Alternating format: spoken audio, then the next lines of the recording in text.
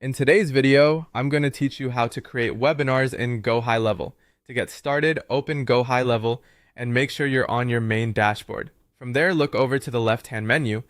You may need to scroll down a little bit until you find the section labeled Sites. Once you see it, click on Sites to open that area.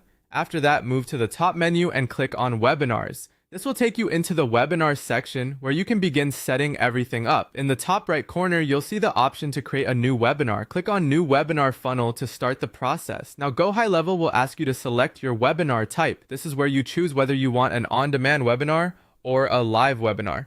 An on-demand webinar is usually best if you want people to watch a pre-recorded presentation on their own schedule, while a live webinar is better if you're planning to present in real time.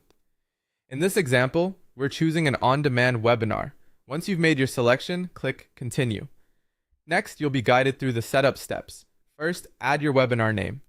Choose something clear and easy to recognize, since this will help you stay organized later, especially if you create multiple webinars. Once the name is entered, click Next. On the following screen, select a form for your webinar. This form is what viewers will use to register, so make sure you pick the correct one for your funnel. After selecting the form, click Next again to move forward. Now it's time to add your webinar video. Select a video file from your computer and upload it to your webinar. Depending on the file size and your internet speed, this upload may take a little time, so be patient and let it finish completely.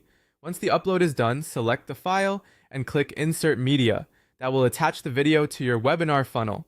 Then click Next. Finally, you'll be taken to the template selection screen. Here, choose the template you want to use for your webinar page. This template controls the overall layout and appearance, so pick the one that best matches the style and goal of your webinar. And that's it.